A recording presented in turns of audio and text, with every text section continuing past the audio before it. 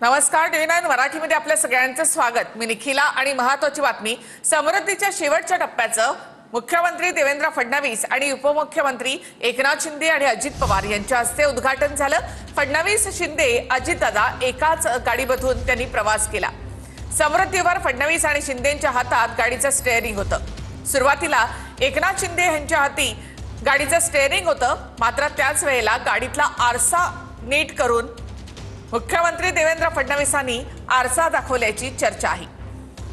तर सरकारची गाडी 3 ड्रायव्हर चालवतात असं म्हणत देवेंद्र फडणवीसांनी दुसऱ्यांदा गाडीचं स्टीअरिंग आपल्या हातात घेतलं। 8-8 तासांची शिफ्ट आम्ही करतो असं फडणवीस म्हणाले। समृद्धीवर फडणवीस, शिंदे यांच्या हातात गाडीचं स्टीअरिंग। आम्ही तिथे एकत्रित गाडी चालवतोय, काय काळजी करू नका। 3 शिफ्टचे ड्रायव्हर आहोत आम्ही। असं आहे की आम्हाला एकमेकाच्या गाडीत बसायची सवय आहे, ड्रायव्हिंगची सवय आहे आणि आमची गाडी अगदी छान चाललेली आहे।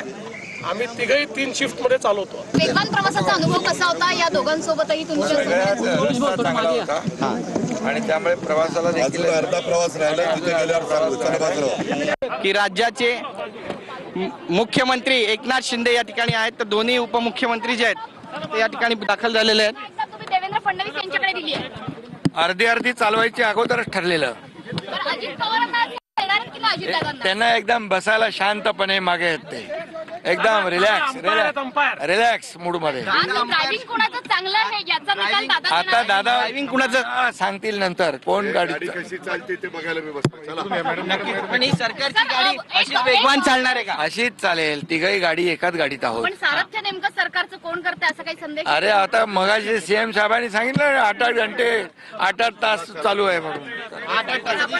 असं पाहतोय आपण, तर ही सगळी दृश्य दादा कसं वाटतंय?